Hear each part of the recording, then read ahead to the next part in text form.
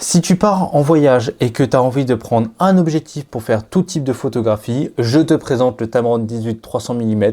C'est vraiment un objectif ultra polyvalent que là j'ai testé, j'étais en prestation là tout à l'heure. Et avec ça, ça va vraiment changer ta vie de créateur. On va en parler dans cette vidéo. Avantages, inconvénients, mon avis, évidemment, après plusieurs années d'utilisation. Donc c'est parti. Déjà, c'est quoi le meilleur objectif pour le voyage? Ce qu'il faut comprendre quand on voyage, c'est que sur place, on a son boîtier, son objectif et on a envie de shooter. On n'a pas envie de se prendre la tête. On n'a pas envie d'essayer de faire la meilleure composition possible et tout. On a juste envie de photographier ce qu'on voit devant soi. Et donc pour ça, il y a plusieurs situations. Soit il y a le photographe, le puriste qui prend 25 ans à changer ses optiques, etc. Il a un sac à dos qui est hyper lourd et tout parce qu'il a un 30 mm, il a un 18-105, il a un 70-200, il a plein d'objectifs finalement, mais le temps de les sortir, l'encombrement, l'achat de matériel, c'est hyper chiant. C'est pas ça voyager pour moi, c'est pas ça prendre des photos.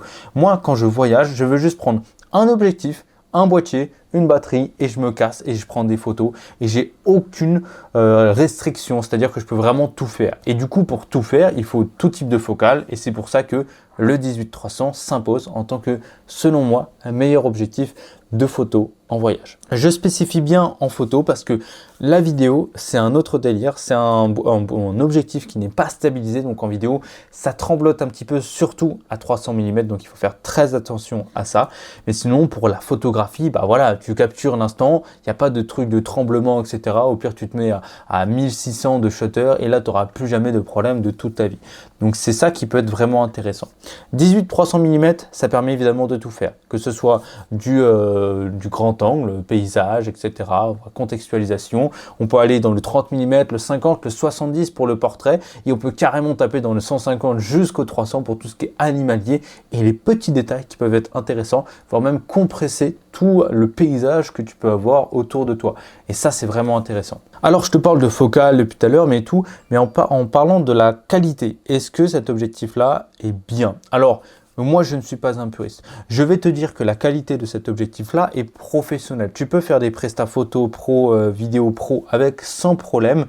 Mais évidemment, si tu le compares à un objectif à 30 mm avec un équivalent 30 mm fixe de chez Sigma f1.4, le 30 mm f1.4 de chez Sigma va l'emporter. Pourquoi? Parce qu'il est spécialisé là-dedans. Mais encore une fois, il faut dire que là, j'ai un 18 mm, mais j'ai aussi un 24 mm, j'ai un 30 mm, bref, je peux continuer jusqu'à 300 mm parce qu'on a absolument toutes les focales. Donc évidemment, à focale fixe, les objectifs fixes seront plus intéressants. Certes, un 2.8 en constant sera plus intéressant qu'un 3.5, 6.3. Certes, tout ça peut être plus intéressant en termes de technique et de résultats, mais en termes de polyvalence et surtout de pas cher, il n'y a personne qui le bat. Il coûte, je crois, 540 € en ce moment sur Amazon. C'est le meilleur lien que j'ai trouvé pour du coup l'avoir moins cher parce que c'est là où tu as le plus de réduction. Et surtout Amazon, tout le monde connaît. Tu peux tester pendant 30 jours, le renvoyer si ça ne te plaît pas. Donc tu as le lien dans la description si ça t'intéresse. Donc cet objectif, c'est le meilleur objectif à prendre pour les personnes qui n'ont pas envie de s'encombrer avec trop de matériel, avec trop d'investissement, avec par exemple trop de poids dans son sac à dos, qui n'ont pas envie de se prendre la tête, qui ont juste envie de, voilà, de kiffer, qui préfèrent la polyvalence à la perfection de la photographie, même si avec ça, les photos elles sont complètement professionnelles, ce n'est absolument pas un souci. C'est encore une fois pas le meilleur objectif de voyage, mais c'est sincèrement le plus pratique, le plus polyvalent et le meilleur compromis que j'ai trouvé pour à la fois kiffer son voyage et aussi pouvoir prendre autant de photos et de vidéos qu'on veut. Donc voilà pour cette vidéo. Si tu as la moindre question sur cet objectif-là, n'hésite pas à me la poser dans les commentaires. Abonne-toi à la chaîne et tu as encore une fois le lien de l'objectif dans la description. Ça va t'amener directement sur Amazon. Et puis voilà, je te fais de gros bisous. À très vite.